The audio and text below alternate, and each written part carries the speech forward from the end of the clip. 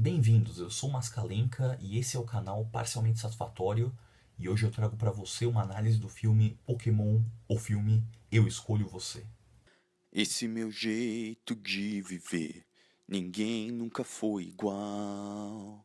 O Pokémon filme Eu Escolho Você, resumidamente, é um dos melhores filmes de Pokémon por muito. Só que tem umas coisas que acontecem nesse filme que, meu Deus do céu. Esse é o 20º filme da franquia, que vem lançando um filme por ano desde 1997 no Japão. No Brasil a gente teve os 4 primeiros aqui, e agora esse é o 20º, e é a comemoração dos 20 anos da franquia. E por ser o 20º filme da franquia, esse filme foge um pouco do padrão do filme de Pokémon. Um dos problemas de filme de Pokémon e de anime em geral é que eles não costumam ter muito impacto na série em si ou dos personagens em si. A série do Pokémon é uma coisa cíclica. Então, a cada nova temporada, ele vai para uma nova região, encontra novos Pokémons, batalha com novos líderes de ginásio, no fim, perde a Liga Pokémon e começa tudo de novo em outra região, onde vai acontecer tudo a mesma coisa. Então, a série fica presa num eterno meio. Ele teve um começo, só que ele nunca progride o suficiente. Ele está sempre meio estagnado, parado no mesmo lugar, para que as aventuras continuem para sempre. E esse problema é pior ainda nos filmes, porque os filmes não podem ser obrigatórios para você entender a série. Então, não pode ter progressão quase nenhuma nos filmes para os personagens principais. Eles têm que acabar o filme da mesma forma que eles começaram. E isso acaba fazendo com que raramente os personagens da série sejam os principais do filme. Normalmente as histórias do filme são contidas e, portanto, o personagem de fato principal é um personagem novo que o grupo conhece e eles acabam sendo coadjuvantes na história desse novo personagem. O Pokémon Escolho Você é diferente porque ele não tem nenhum compromisso com o estado atual da série. Ele não precisa se preocupar em refletir um momento específico da série. Ele tem uma história própria, ele é uma recontagem da primeira temporada, dos primeiros episódios da série original. Então ele pode ter um diferencial que ele pode ter um começo, meio e fim. O filme começa, os primeiros 20 minutos dele, praticamente idênticos ao primeiro episódio da série, que é o Pokémon Escolhe Você, o mesmo nome do filme. O Ash se atrasa para pegar o primeiro Pokémon dele, aí ele tem que se contentar com um Pikachu que é muito desobediente, que não gosta inicialmente do Ash, mas aí conforme o tempo eles vão se tendo mais intimidade, eles começam a confiar um no outro e eles viram melhores amigos. A partir daí, tem o Ho-Oh, tem o encontro do Ho-Oh que também ocorre no primeiro episódio. A diferença nesse filme é que o Ho-Oh é o ponto central do filme. O filme é uma busca do Ash pelo Ho-Oh, tanto que no filme tem uma diferença no encontro deles, que o Ho-Oh larga uma pena, a pena dele, pro Ash, que é a asa do arco-íris. E a partir desse momento, tem alguns pontos, tem algumas histórias que tem no desenho original, mas também tem muita coisa nova desse filme. Pelo mundo viajarei, tentando encontrar.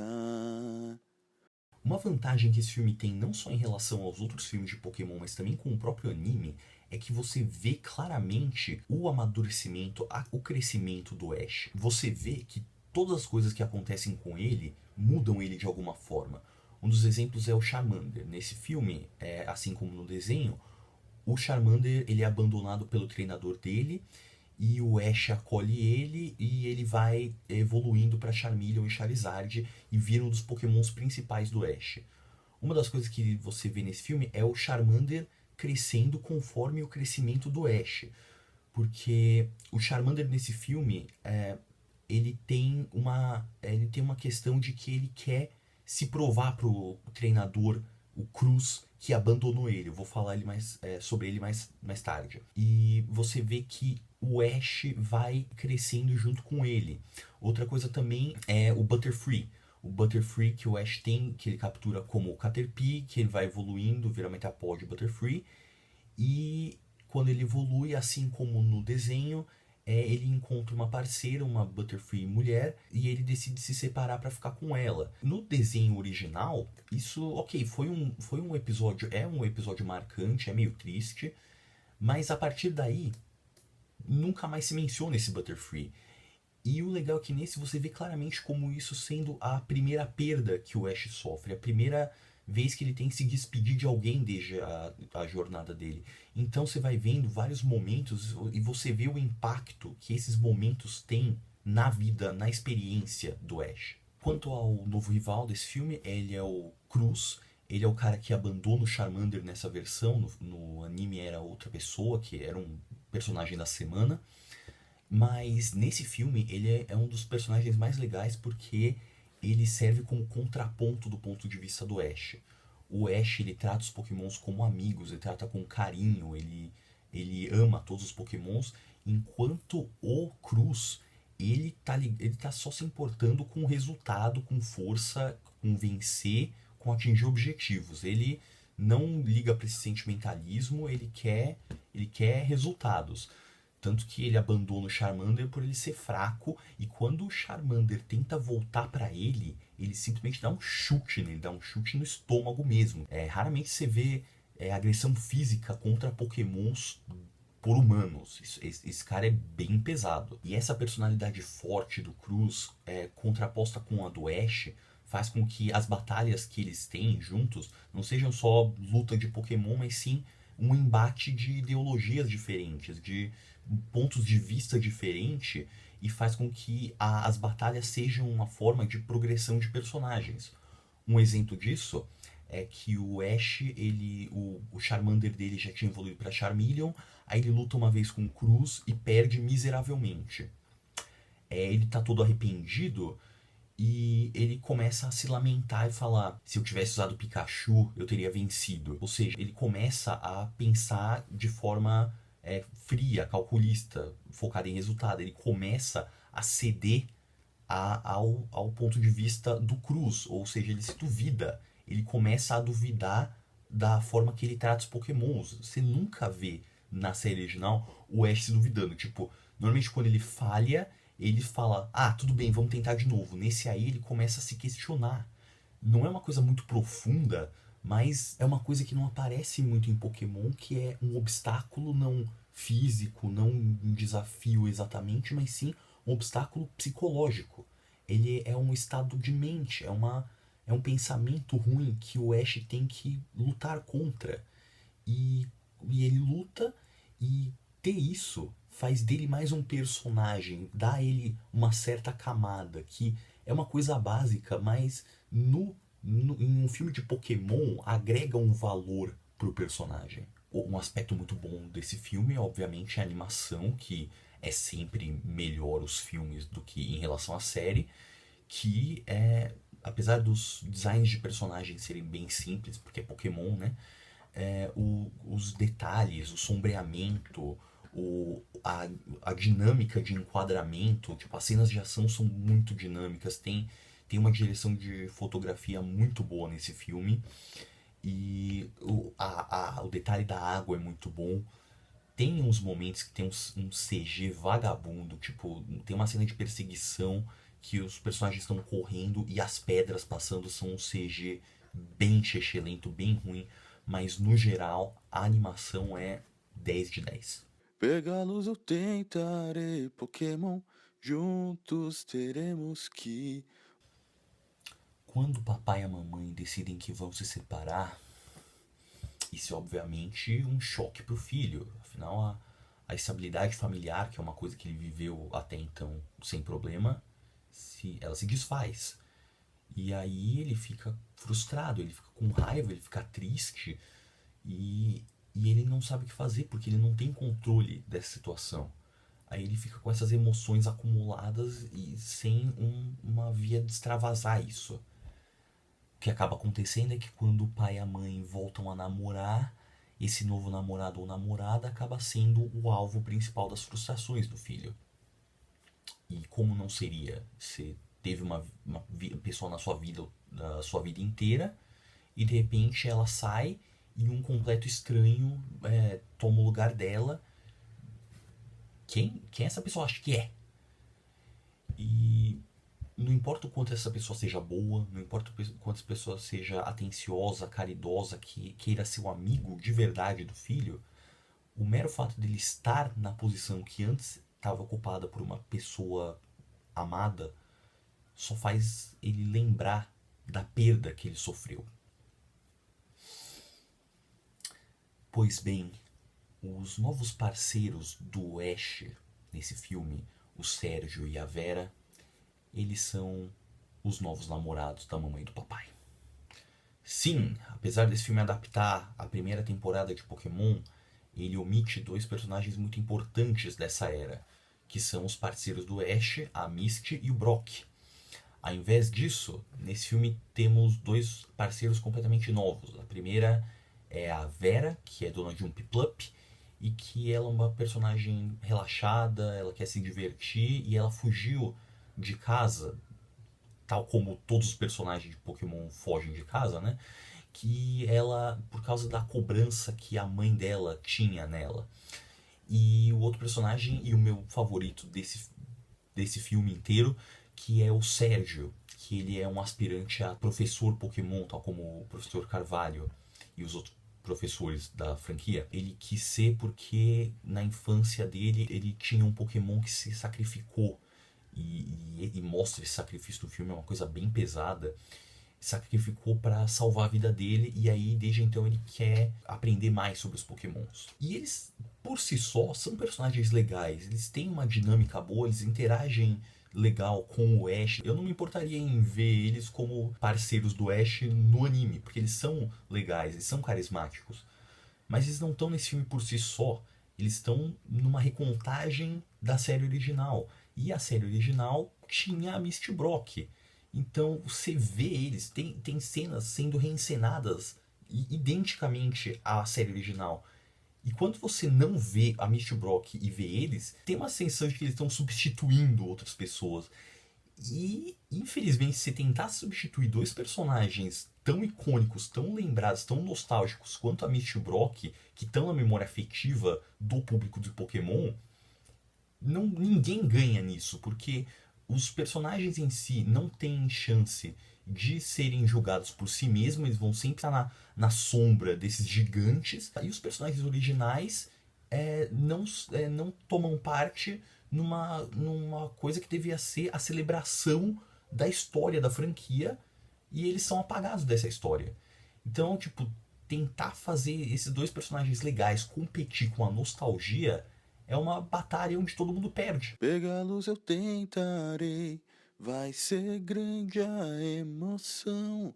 Bem, apesar de eu ter dito que esse é um dos melhores filmes da franquia, tá no top 5 com certeza, ele não é perfeito e tenho que admitir que algumas partes desse filme são bem ruins. Tem umas coisas que são difíceis de engolir. Como eu tinha dito antes, o Ho-Oh, a mitologia do Ho-Oh é expandida. Além da história dele que é contada nos jogos, que ele criou as três bestas lendárias, o Entei, Raikou e Suicune, adicionam a ele a mitologia do herói do arco-íris. Ele dá para certas pessoas uma pena, que é a asa do arco-íris, e isso mostra para essa pessoa que ela é digna de batalhar com ele, de encontrá-lo. E ele dá essa pena pro Ash. Aí que tá o problema. Fazer o Ash ser um escolhido é uma coisa que, primeiro, já foi feita em vários filmes de Pokémon, e segundo, não acrescenta nada. Tipo, o Ash não precisa de uma profecia, de uma história para ser mais especial. Ele já é especial, pelo menos ele deveria ser especial a ponto de não precisar que um Pokémon dê um item para mostrar que ele é. Ele tem a personalidade própria, a forma como a personalidade dele, a característica dele já deveria ser uma motivação suficiente. Ele não precisaria de uma lenda para ir atrás do Ho-Oh. Ele poderia ir atrás do Ho-Oh pela mesma razão que ele vai atrás de qualquer outro Pokémon, que ele é um treinador, ele é curioso, ele quer se melhorar. Tem um personagem, um pesquisador que fica falando sobre a história do Ho-Oh. Tem toda uma missão que o Ash tem que fazer que não acrescenta nada muito ao filme. As partes em que se tratam da lenda do Ho-Oh, podiam não estar no filme e as partes boas dariam um filme em si só. Outra parte ruim do filme é que tinha um potencial, mas acabou sendo completamente desperdiçado, foi o Marshadow. O Marshadow, ele, da mesma forma que o Ho-Oh, ele é visto como, ele é uma fênix, então ele simboliza a vida, ele simboliza a luz, ele simboliza o renascimento. O Marshadow, ele simboliza a sombra, ele simboliza negatividade, ele simboliza a morte. E a presença dele nesse filme só estraga tudo que ele toca. Não só como no filme, como na história também. Porque o que acontece é que, quando eu tinha falado antes que o Ash ele começa a se duvidar, a dúvida não vem dele mesmo.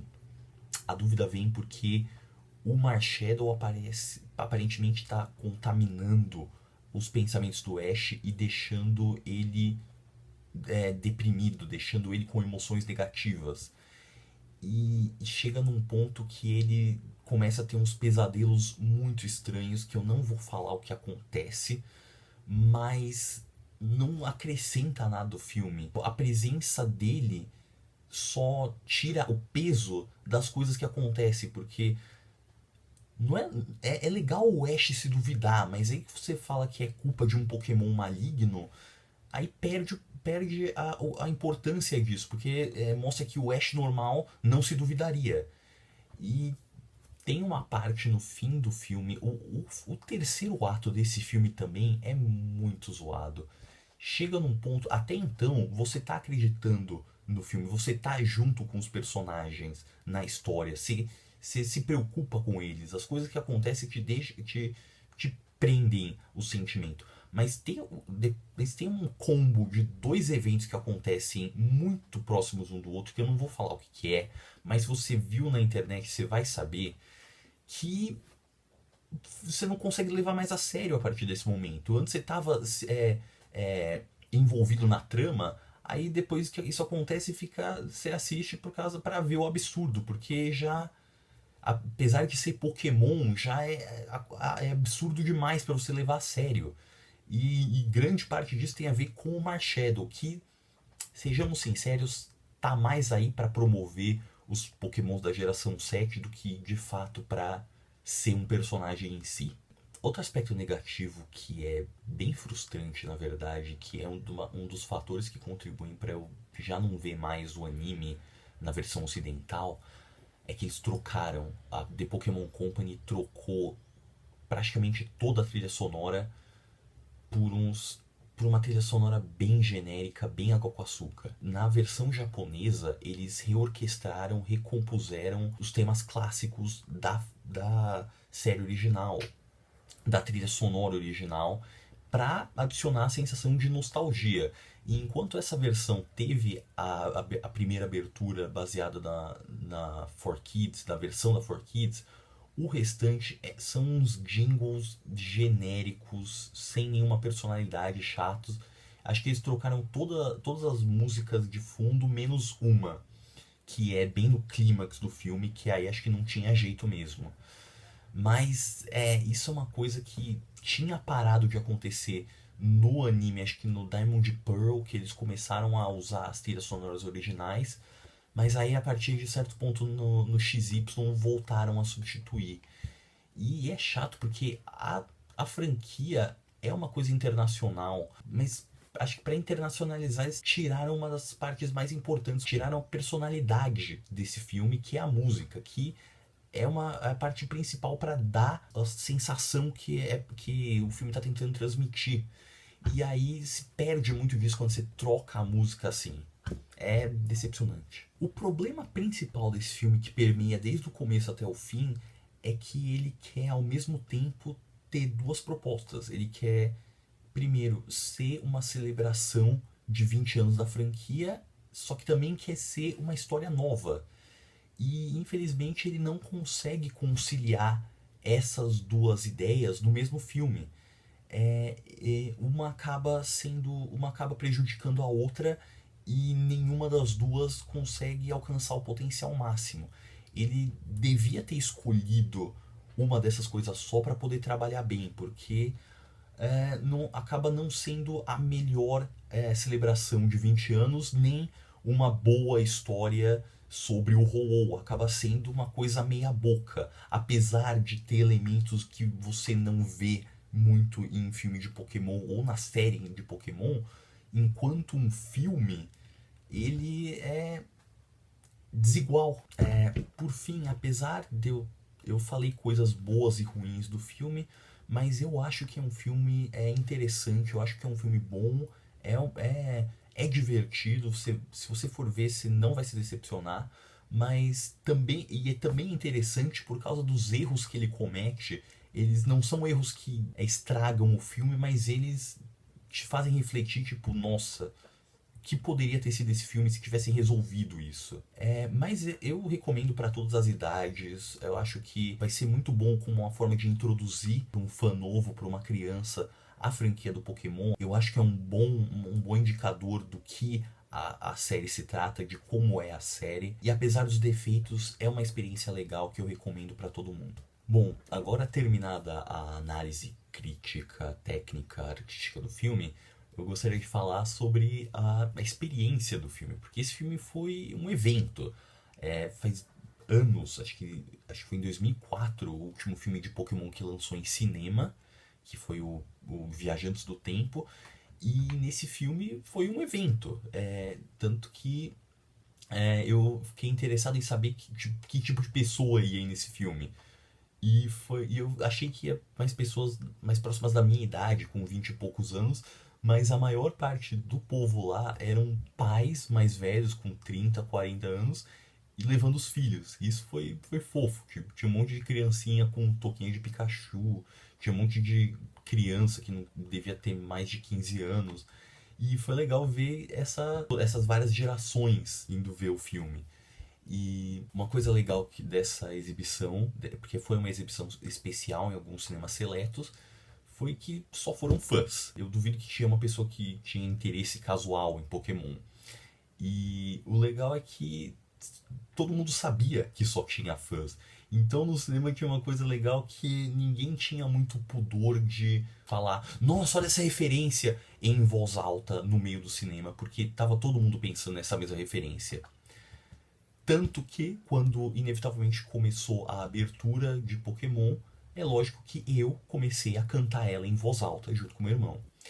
E foi uma experiência legal, porque inicialmente era só eu e meu irmão puxando o bonde e as pessoas quietas, só olhando pra gente. Mas aí, quando perceberam que a gente não ia parar, que a gente ia até o fim, eles começaram a cantar junto. Tinha uma galera ao nosso redor cantando meio timidamente junto, mas aí chegou num ponto que o cinema inteiro tava meio que cantando lá. Até o segundo verso, que aí as pessoas não lembravam mais, e aí ficou só eu até o fim cantando sozinho junto com meu irmão. Durante os créditos do filme, tem um slideshow. Esses slideshows são de todos os parceiros do Ash, desde o começo da série até o momento atual. Foi legal ver a reação das pessoas, porque, tipo, Misty e Brock tiveram uma salva de palmas, a May teve uma salva de palmas também, eu não sei porquê, mas quando chegou na Serena, meu amigo, o cinema inteiro foi um aplauso generalizado. Essa Serena deixou um marco na série, pelo amor de Deus. Mas uma parte ruim da experiência foi o som da sessão, pelo menos na minha. Se o público ria um pouco mais alto que o comum, já não dava para mais ouvir o filme, porque o som era muito baixo.